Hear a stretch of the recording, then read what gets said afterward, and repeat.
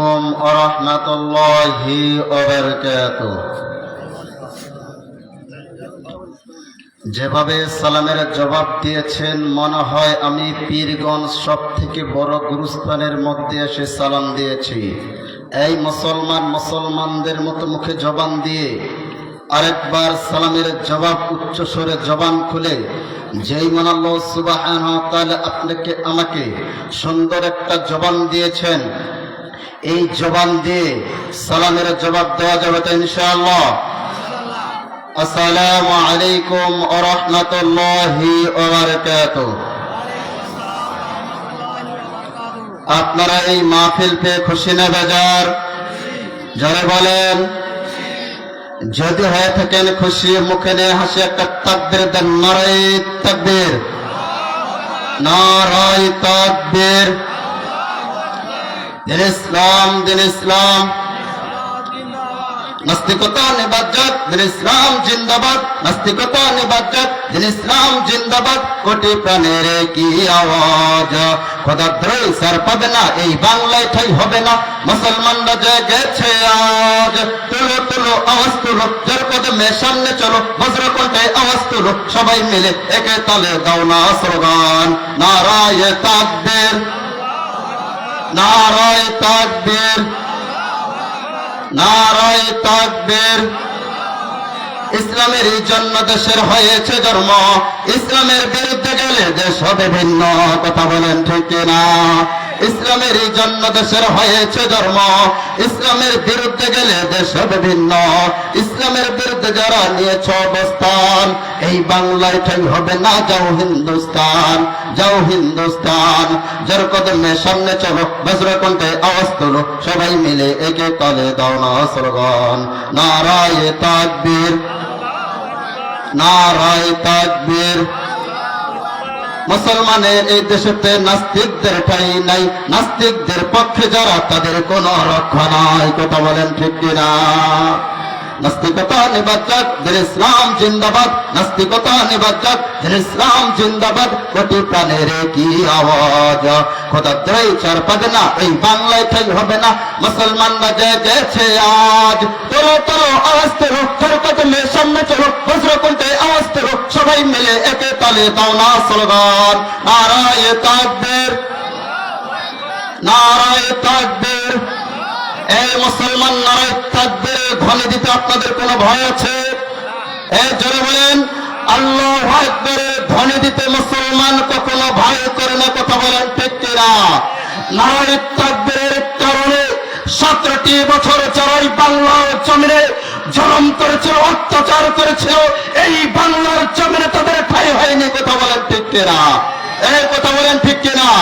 আজকের মাহফিল চলবে, কারণ নারায়ে তাকবীর যখন মুসলমান জাতি যখন দিয়ে থাকে, তখন কিছু নাস্তিক বেঈমান রাম বাম তখন তারা চিন্তা করে মুসলমানের রক্ত যখন গরম হয়, তখন কোন নাস্তিক বেঈমান এই জমিনে টিকে থাকতে পারে না, পারে না, পারে না। কথা বলেন ঠিক কিনা? এই নারায়ে তাকবীরের কারণে একজন বেশ্যা তসলিমা নাসরিন বোরখা পরে বাংলার জমিন থেকে পালাতে বাধ্য হয়েছিল। কথা বলেন ঠিক কিনা?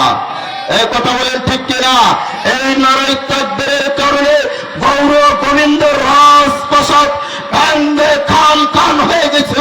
শুধু মুসলমানদের নারায়ে তাকবীরের কারণে আজও যদি এই জমিনের মধ্যে মুসলমান নারায়ে তাকবীরের ধ্বনি দেয়, কোন বেঈমান এই বাংলার জমিনে হাজারো কোরআনের মাহফিল বাধা দিতে পারবে না, পারবে না, পারবে না। কথা বলেন ঠিক কিনা? এখন যদি কেউ এই তাফসীরুল কোরআন মাহফিলে বাধা দিতে আসে, এই এলাকার মানুষ তাকে জুতা পিটা করে বাংলার জমিন থেকে বিদায় করবে। কথা বলেন ঠিক কিনা? কারণ আমরা দেখেছি অনেক স্বৈরাচার, আমরা দেখেছি অনেক নেতা নেত্রী। আমরা আর অসম নেতাকে দেখতে চাই না, অসম নেত্রীকে দেখতে চাই না। সামনের বাংলাদেশ কোরআনের বাংলাদেশ, আল্লাহর জমিন, আল্লাহর দিন বাস্তবায়ন হবে। এখানে যদি কোন নাস্তিক বেঈমান বাধা দিতে আসে, তার শরীরের চামড়া থাকবে না। কথা বলেন ঠিক কিনা? চলবে, চলবে। যারা একটা তাকবীর দেন তো নারায়ে তাকবীর। কারণ দেখেন ওই এনডিএর নরেন্দ্র মোদী বেটা নাস্তিক, মুসলমানদের বাবরি মসজিদ ভেঙে সে মন্দির করেছিল। ওই নরেন্দ্র মোদী মুসলমানের রক্ত এখনো দেখনি, ইমানের পাওয়ার এখনো দেখনি। ইমানদার যখন ইমানের আওয়াজ দিবে, তোমার মতো হাজার নরেন্দ্র মোদী আল্লাহ তাআলার ফয়সালায় এই জমিনের মধ্যে দাবিয়ে দেবে। কথা বলেন ঠিক কিনা? কারণ দেখেন, নরেন্দ্র মোদী আমাদের বাবরি মসজিদকে ভেঙ্গে মন্দির করেছিল। আমি ধন্যবাদ জানাই ভারতের হুমায়ুন কবিরকে, যেই হুমায়ুন কবির ঘোষণা দিয়েছেন আবারও ইন্ডিয়ার জমিনে আবারও বাবরি মসজিদ হবে। এতে যদি কেউ বাধা দিতে আসে, তার শরীরের চামড়াই দুনিয়ার জমিনে থাকবে না। কথা বলেন ঠিক কিনা? হুমায়ুন কবিরকে ধন্যবাদ জানাই।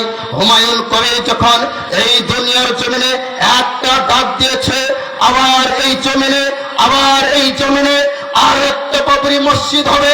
যেই সমস্ত ইমানদার এই বাবরি মসজিদ চান, আপনারা আপনাদের জায়গা থেকে সহযোগিতা করেন। এই ভারতের জমিনে আর একটা বাবরি মসজিদ হবে। কথা বলেন ঠিক কিনা? কথা বলেন ঠিক কিনা? ওই মুর্শিদাবাদে হুমায়ুন কবির ওপেন বলে দিয়েছেন আর একটা বাবরি মসজিদ হবে। আমরা ইন্টারনেট ফেসবুকের মধ্যে দেখেছি, ইমানদাররা ইমানের শক্তি দিয়ে যে যেভাবে সমর্থক রয়েছে, 10 টাকা থাকলে 10 টাকা দিয়ে একটা ইট কিনে মাথার মধ্যে নিয়ে সেই বাবরি মসজিদ তৈরি করার জন্য তাওহীদি মুসলমান ছুটেছে সেই বাবরি মসজিদ তৈরি করার জন্য। একজন সাংবাদিককে প্রশ্ন করা হলো যে ভাই, আপনি একটা করে ইট নিয়ে যাচ্ছেন কেন? কত টাকা একটা ইট নিয়েছেন? সেই মানুষটা জবাবে বলল, একটা ইট 10 টাকা করে নিয়েছে। বলছে, আপনি একটা ইট নিয়ে কেন যাচ্ছেন? বলছেন, আল্লাহ তাআলার কাছে আমি অন্তপক্ষ কিয়ামতের ময়দানে এই ইটের ওসিলায় যেন জান্নাতে যাইতে পারি। কথা বলেন ঠিক কিনা? ওই হুমায়ুন কবিরকে আমরা বলে দিতে চাই, যোগ্য মায়ের যোগ্য সন্তান, তিনি ওপেন বলে দিয়েছেন আর একটা বাবরি মসজিদ হবে। আমি হুমায়ুন কবিরকে বলে দিতে চাই, ভাই আপনাকে ধন্যবাদ। যদি ওই বাবরি মসজিদ করার জন্য আমাদের বাংলাদেশের কোন সহযোগিতা লাগে, আপনি শুধু মিডিয়ার মাধ্যমে একটা ওপেন কথা বলে দেন। বাংলাদেশের 18 কোটি জনতা যে যেভাবে পারে আপনার বাবরি মসজিদ করার জন্য সহযোগিতা করবে। কথা বলেন ঠিক কিনা? এতে আপনারা সহমত আছেন কি আছেন না? কারণ দেখেন, আজকে মুসলমান মায়ের খায়, মুসলমান অপমানিত হয়, মুসলমান লাঞ্ছিত হয়, একটাই কারণ, মুসলমানদের তাকবীর না থাকার কারণে, মুসলমান ঐক্যবদ্ধ না থাকার কারণে। আজকে যদি মুসলমান ঐক্যবদ্ধ থাকতো, কোনদিন কোন ইমানদার মায়ের খাইতো না। কথা বলেন ঠিক কিনা? এই কথা বলেন ঠিক কিনা? আর একটা তাকবীর দেন তো, নারায়ে তাকবীর। কথা চলবে? চলবে। এখন আমাদের একটা সুন্দর জান্নাতের বাগানের ব্যবস্থা করে দেওয়া হয়েছে। এই জান্নাতের বাগানটা সাজানোর দায়িত্ব কার? আপনাদের না? এই কথা বলেন। যদি আমাদের দায়িত্ব হয়ে থাকে, তাহলে যে সমস্ত মুসলমান কোরআনকে ভালোবাসবে, আল্লাহর জান্নাতকে ভালোবাসবে, আমি শুধু ওই মানুষটাকে দেখব যেই মানুষটা জান্নাতের বাগানকে ভালোবাসে, কোরআনকে ভালোবাসে, এই কোরআন তার দিলের মধ্যে লালন করেছে, নবী রাসূলের বাণীগুলো তার অন্তরের মধ্যে লালন করেছে। আমি ওই সমস্ত ব্যক্তিদেরকে দেখতে যাই, যেই সমস্ত ব্যক্তিরা চেয়ারে না বসে মাটির মধ্যে বসবে। আমি মনে করব আজকের মাহফিলের সবথেকে তাওহীদি মুসলিম এবং সবথেকে মুজাহিদ ব্যক্তিটা ওই। নারায়ে তাকবীর দিয়ে উঠে দিয়ে সামনের জায়গাটা পূরণ করেন। নারায়ে তাকবীর। চেয়ারটা ছেড়ে দেন, ছেড়ে দেন। আগে সামনের জায়গা পূরণ করতে হবে। একটা চেয়ারের মধ্যে থাকতে পারবে না। শুধু 60 বছরের চাচা বাদে 40-এর নিচে যতগুলো মানুষ আছে সবাইকে সামনে আসতে হবে। আমি বক্তা ভাই চেংরা, বুঝছেন?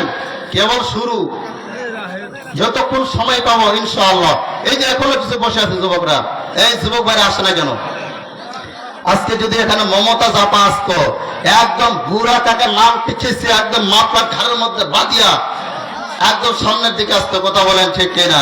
একদম চেয়ার লাগতো না। কারণ আপনাদের রানী সংকলে কিছুদিন আগে যে ইত্যাদি হয়েছিল, আমি দেখেছিলাম রাস্তার মধ্যে ওদের বাঁশ ভাঙ চেয়ার যা কিছু সব ভেঙে শেষ করে দিয়েছিল। কথা বলেন ঠিক কিনা? কিন্তু এখানে মমতা জাপা নাই, কিন্তু কোরআন আছে। কথা বলেন ঠিক কিনা? এখনো অনেক বাবাজিরা চেয়ারের মধ্যে বসে আছেন, আপনাদের হাতে পায়ে হাত ধরে বলছি আপনার সামনের জায়গাটা পূরণ করেন। অল্প সময় আলোচনা করব ইনশাআল্লাহ। জান্নাতের বাগানটা কত দামি আজকে শুনবেন। এই পিছনে যুবক ভাইরা দাঁড়িয়ে আছে, ওরা মনে হয় পিছনে মাইয়া দেখার জন্য দাঁড়িয়ে আছে নাকি রে? এই যুবক কই যায় রে? এইদিকে ওইদিক মাথা করে কই যায়? এইদিকে এমন দোয়া করে দেবো তুই সবচেয়ে সুন্দরী বউ পাবি। এদিকে আসে না কে রে? এই যুবকরা চলবে? হ্যাঁ, আপনাদের ওয়াজ করবে জাহিদুল ইসলাম পঞ্চগড়ি, আপনারা সকলে জানেন। এই যে কিছু যুবক পালাচ্ছে, আল্লাহ এদের কপালে ওরকম থাটা ভরা বদ্ধ যুবক চলে আসো। এই যুবকরা এখন এই যে গল্প করেছে, এমন দোয়া দিব না। আসেন, তাড়াতাড়ি আসেন।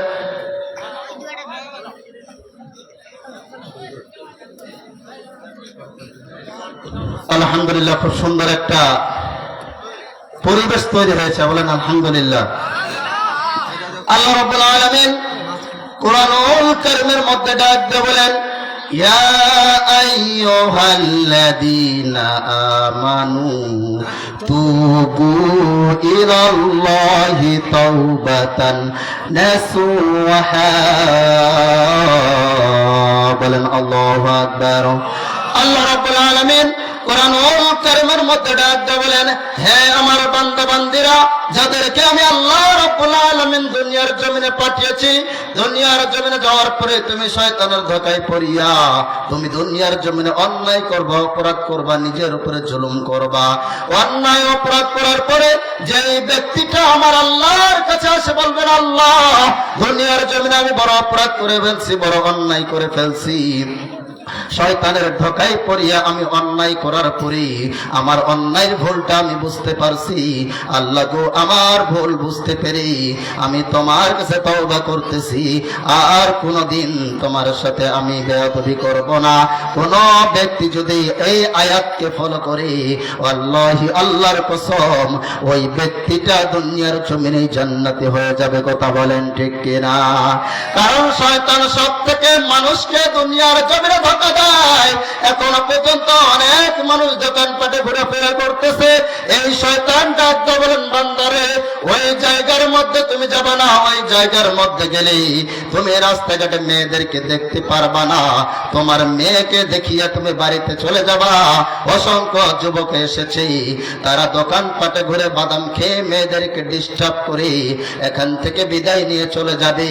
এই মুসলমান বলে যায়, সেনাহারির মুসলমান, আজকে মালাকুল মউত আজরাইল যদি আপনার আমার সামনে দাঁড়িয়ে যায়, পালানোর কোনো রাস্তা থাকবে না। কথা বলেন ঠিক কিনা? আমি মাওলানা এখানে কথা বলতেছি, আমার পিছনে যদি মালাকুল মউত আজরাইল চলে আসে, আমি মাওলানা এখানে কথা বলার কোনো যোগ্যতা থাকবে না। আমার পাশে সম্মানিত সভাপতি সাহেব, গণ্যমান্য ব্যক্তি, এই সভাপতি সাহেব যদি এখানে বসে থাকে, আমার আল্লাহ রাব্বুল আলামিনের যদি ডাক চলে আসে, সভাপতি সাহেব এই স্টেজ থেকে বাড়িতে যাইতে পারবে না। কারণ মালাকুল মউত আজরাইল আসলে আমাদের পালানোর কোনো রাস্তা থাকবে না। কথা বলেন ঠিক কিনা? আল্লাহ রাব্বুল আলামিন বলছেন, বান্দা শোনো, দুনিয়ার জমিনে তোমাকে আমি হায়াত দিয়েছি, 40-50 বছরের জিন্দেগি তোমাকে দিয়েছি। এই 40 বছরের জিন্দেগির মধ্যে পাওয়ার পরে তুমি আল্লাহরে ভুলে গেছো, নবীর আদর্শকে ভুলে গেছো। বান্দা তুমি কি জানো না, কবরের মধ্যে তোমার আসতে হবে। আর এই কবর বড় ভয়ানক কবর। দুনিয়ার জমিনে যেই মায়ার জন্য আমরা দিন রাত পরিশ্রম করে যাই, কিন্তু এই দেহটা যখন দুনিয়ার জমিন থেকে চলে যাবে, আপনার আত্মীয় স্বজনরা আমাকে একসাথে ঘরের মধ্যে নিয়ে ওই গ্রহহীন জঙ্গলের মধ্যে ফালাইয়া দিয়ে আসবে, যেই জঙ্গলের মধ্যে একটা মানুষ রাত্রে বেলা যাইতে ভয় পায়। কথা বলেন ঠিক কিনা? কিন্তু মুসলমান নবীর উম্মতের দল আমরা দাবি করি, নবীর উম্মতের দাবি করার পরে কিন্তু বান্দা এখন আল্লাহ তাআলার ইবাদত করতে পারে না।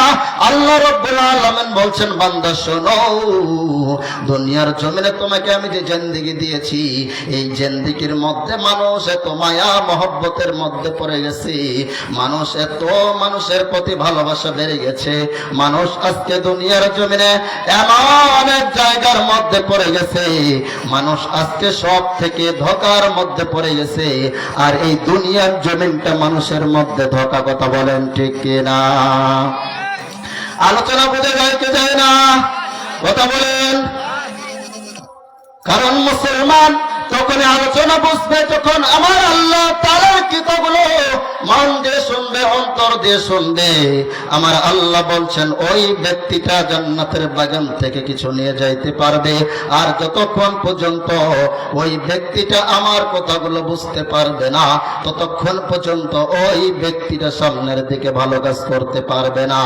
আল্লাহ রাব্বুল আলামিন বলছেন, বান্দা শোনো, তুমি দুনিয়ার জমিনে অন্যায় করবা, অপরাধ করবা, অন্যায় আল্লাহ রাব্বুল আলামিন তোমার সমস্ত গুনাহকে মাফ করে দেব। বলেন সুবহানাল্লাহ।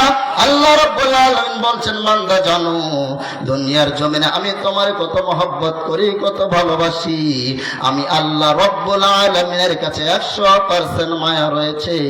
আমি আল্লাহ রাব্বুল আলামিন 99% মায়া আমার কাছে রেখে দিয়ে 1% মায়া তাদের একের প্রতি এক এত মহব্বত হবে যা কল্পনা করা সম্ভব নয়। কথা বলেন ঠিক কিনা? কারণ দুনিয়ার জমিনে মুসলমান তাকাইয়া দেখো, একটা মুরগি যখন দুনিয়ার জমিনে বাচ্চা ফোটায়, এই মুরগির বাচ্চাটা আর যখন সবল দেওয়ার জন্য আসে, ওই বাচ্চার মাটা ওই পাখিকে ধরার জন্য উড়িয়ে উঠে। কথা বলেন ঠিক কিনা? কিন্তু সুন্দর শুধু একটা মায়া, এই মায়ার কারণে পাখির মধ্যে এত ভালোবাসা, মুরগি মায়ের সাথে এত ভালোবাসা, মায়ের প্রতি সন্তানের এত ভালোবাসা, শুধু 1% মায়া দিয়ে আল্লাহ রাব্বুল আলামিন বলছেন, বান্দা কোনো টেনশন নাই, আমার আল্লাহ তাআলার কাছে যদি তুমি আসতে পারো, আমি আল্লাহ তাআলা 99% মায়া তোমাদের জন্য রেখে দিয়েছি। বলেন সুবহানাল্লাহ। আমার নবী মায়ার নবী রাহমাতুল লিল আলামিন, আমার নবী একদিন হুজরাখানার মধ্যে বসে আছেন।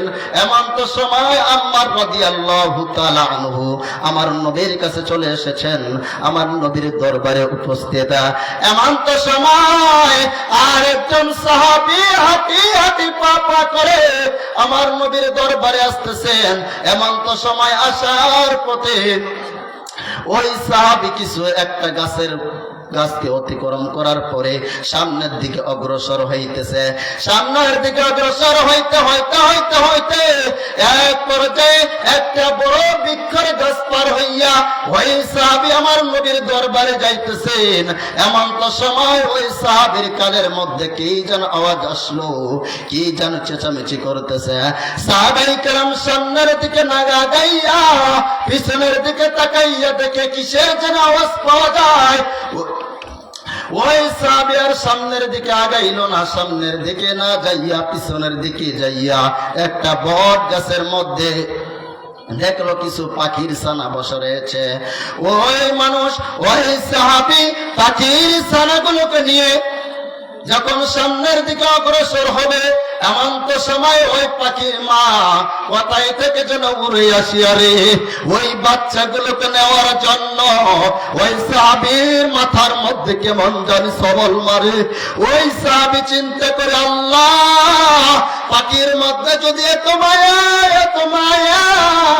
যে একটা পাখি তার পাখির ছানাগুলোকে আমাকে দিতে চায় না, এই পাখির ছানাগুলোকে যখন ওই সাহাবী নিয়ে যখন চাদরের মধ্যে আবদ্ধ করেছেন, চাদরের মধ্যে আবদ্ধ করার পরে ওই মাটা যখন মাথার উপরে ভেবে করতেছে, ওই পাখির মাটাকে শুনিয়ে ওই সাহাবী আমার নবীর দরবারে হাজির হয়েছেন। আমার নবীর দরবারের সামনে আসিয়া আমার নবী ডাক বলেন, সাহাবী তোমার কাছে কিসের আওয়াজ পাওয়া যায়?